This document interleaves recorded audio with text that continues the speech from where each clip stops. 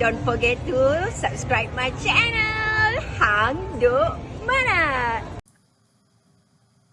Assalamualaikum. Selamat datang lagi ke channel Hang Duk Mana. Mari kita dengar ucapan Perdana Menteri Anwar Ibrahim yang mengatakan ahli parlimen yang melalak tak tentu arah di parlimen. Sebelum ni saya baca detail sedikit. Anggota kabinet terbabit rasuah wajib digugurkan, kata PM. Perdana Menteri Datuk Seri Anwar Ibrahim hari ini menegaskan bahawa mana-mana anggota kabinet di bawah kepimimpinannya yang didapati terlibat dengan salah laku rasuah wajib digugurkan daripada jawatan mereka. Okey, mari kita dengar ucapan Perdana Menteri Anwar Ibrahim. Dia akhirnya untuk komen macam biasa. Kalau di parlimen melalak tantu arah. Sampai salah seorang ahli parlimen kata, dia kena marah sangat kerana didakwa. Dia kata, ini maknanya seolah-olah Perdana Menteri pun korup. Beri pengajaran dari leluhur bangsa. Era Kesultanan Melayu Melaka yang agung, yang hebat.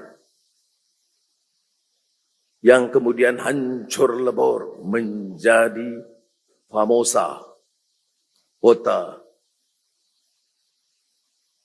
yang usang. Ya, banyak faktor, tetapi saya setuju dengan beliau. Kalau kita kaji fi'il Raja Mendelia dengan si Kitul, itu memang kerana tamak haloba, kerana cemburu, dan akhirnya khianat. Pintu, pagar,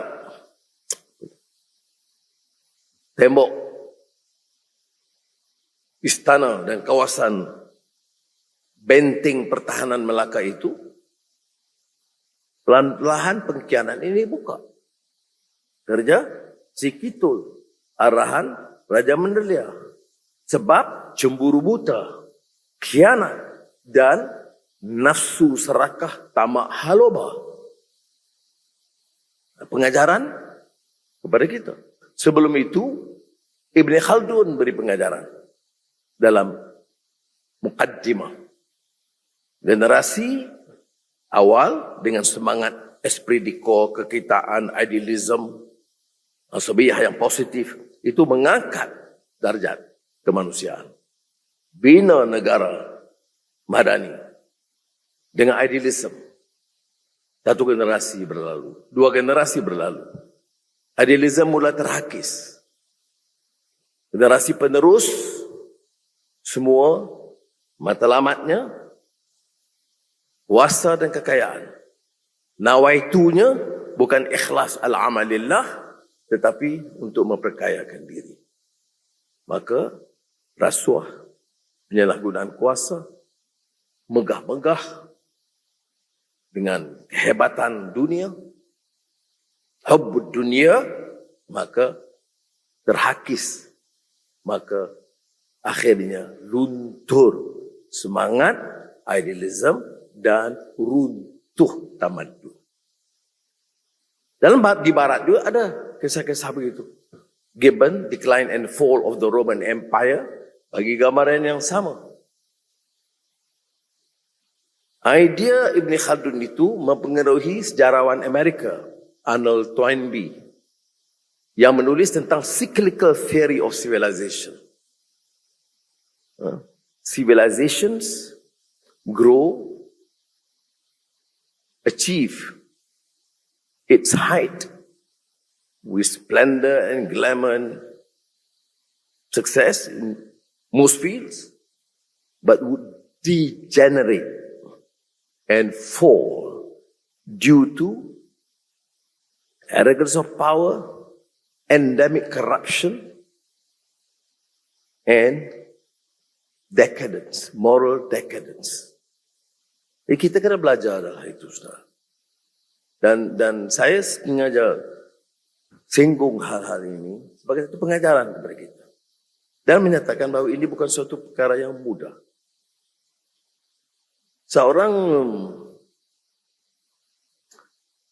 ahli political economy terkemuka dulu dari Sweden, Gunnar Myrdal, mula menulis Asian drama, karya yang menggemparkan pimpinan Asia dan sarjana Asia pada ketika itu. Guna Myrdal Asian Drama.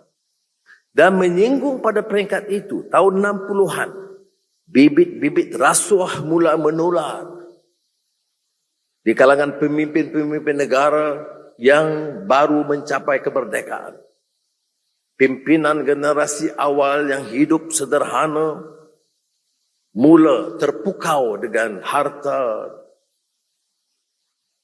dan rasuah mulai menular.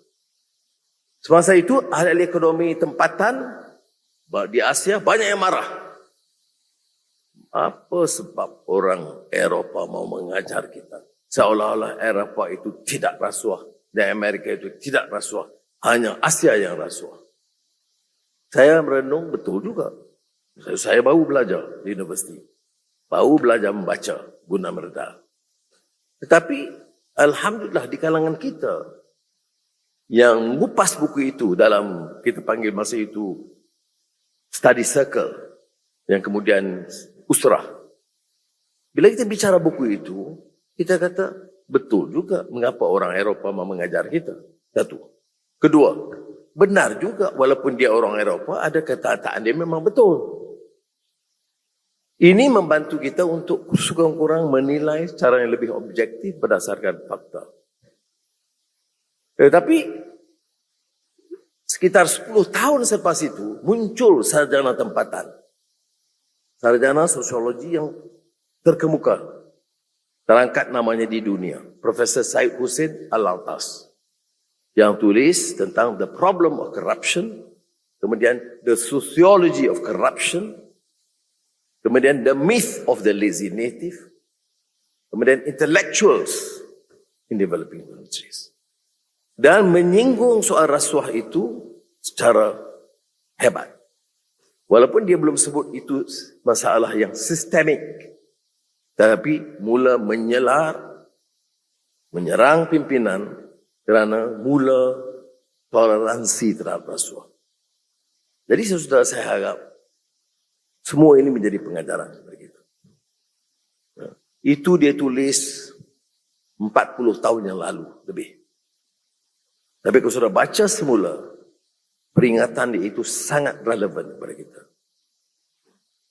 Pertama, ramai di kalangan elit, sama ada politik, atau korporat, atau pengurusan kerajaan, itu agak tak senang dengan wacana mengenai rasuah. Sebab mereka hidup dan bergelumang dengan aspek itu. Kedua, yang terpalit dengan rasuah akan melawan dengan kencang dan hebat dengan seluruh kekuatan. Kalau di parlimen melalak tantu arah. Sampai salah seorang ahli parlimen kata, dia kata marah sangat kerana didakwa. Dia kata ini maknanya seolah-olah Perdana Menteri pun korup. Itu habis kenyataan.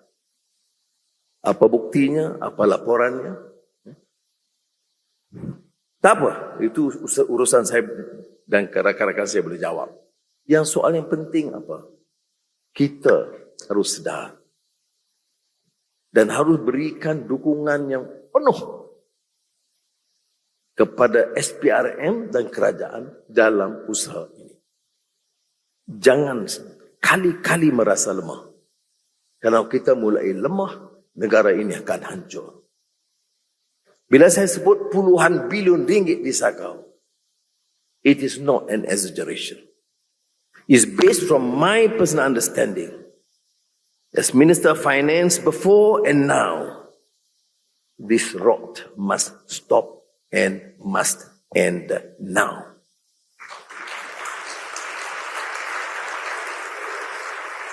Jadi saudara-saudari, sebab itu saya cadangkan pada SPRM, saya tak tahu sebab HRD Corp boleh bersama untuk mengadakan juga acara yang sedemikian di seluruh negara dan membicarakan apa dia rasuah. Kadang-kadang dia kata tak apalah rasuah, katalah YMDB ke Spenko ke, iyalah biasalah. Dia jadi menteri kewangan tak rasuah, bodoh lah. Jadi Perdana Menteri tak kaya. Ya. Tak cerdik. Jadi, tapi kita, apa kesan dia? Tak ada apa-apa. Ini. Mana kefahaman dan rasuah itu sangat mendatar dan dangkal. Dia lupa bahawa puluh bilion ini sampai kepada 4-5 orang itu, sepatutnya hak mereka. Itu disconnect ini kena diberi faham. Tan Sri Azam, kalau ceramah, kalau di negeri, kalau kita beritahu tu konsep-konsep, dia tak dapat tangkap. Tapi kena bagi tahu berapa hilang 2 bilion. Sepatutnya sampai ke mana? Allowance penjawab awam. Baru dia faham. Kalau terkira selamat 10 bilion, pelarasan gaji naik lagi tingkat peratus dia. Tapi kalau rugi terus 10 bilion, daripada patut nak naik kata 10%, turun jadi 5%. Baru dia faham, oh ya tak ya. Okey, termasuklah projek-projek orang miskin, beasiswa, universiti dan sebagainya. Jadi saya harap program seperti ini penting dipanggil National Anti-Corruption Summit.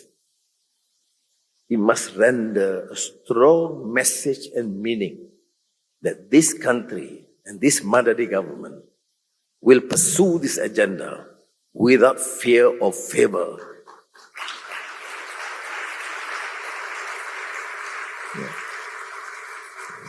Sudah setahun lebih kita perintah, banyak diserang, tapi saya tanya di parlimen dan di luar parlimen. Beri satu bukti. Menteri, Perdana Menteri, sekarang dari tindakan mereka. Kalau ada yang rasuah, tanya Tan Sri Azam. Saya kata, kalau ada, kita siasat dakwa dan ikut badan kehakiman hukum. Tapi tidak ada. Setahun, 3 bulan. Saya salut juga pada rakan-rakan, kita dapat berikan imej pimpinan yang bersih dari rasuah. Tetapi peringatan itu jelas.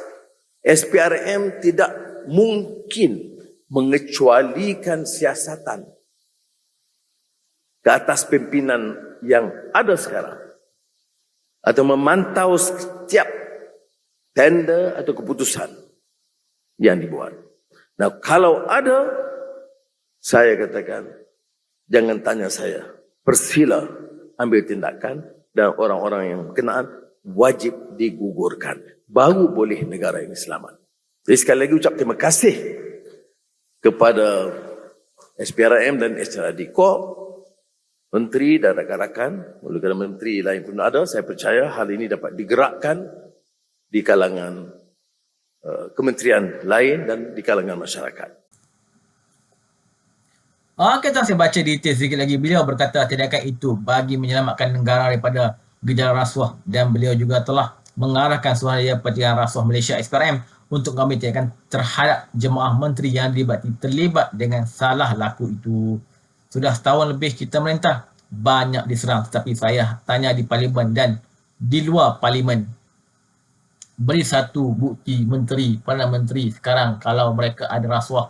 Dan kalau ada, kita siasat dakwa dan ikut badan kehakiman hukum. Okey tuan-tuan, mari terus menyokong kajian apa pada anda, Pak Ibrahim. Assalamualaikum.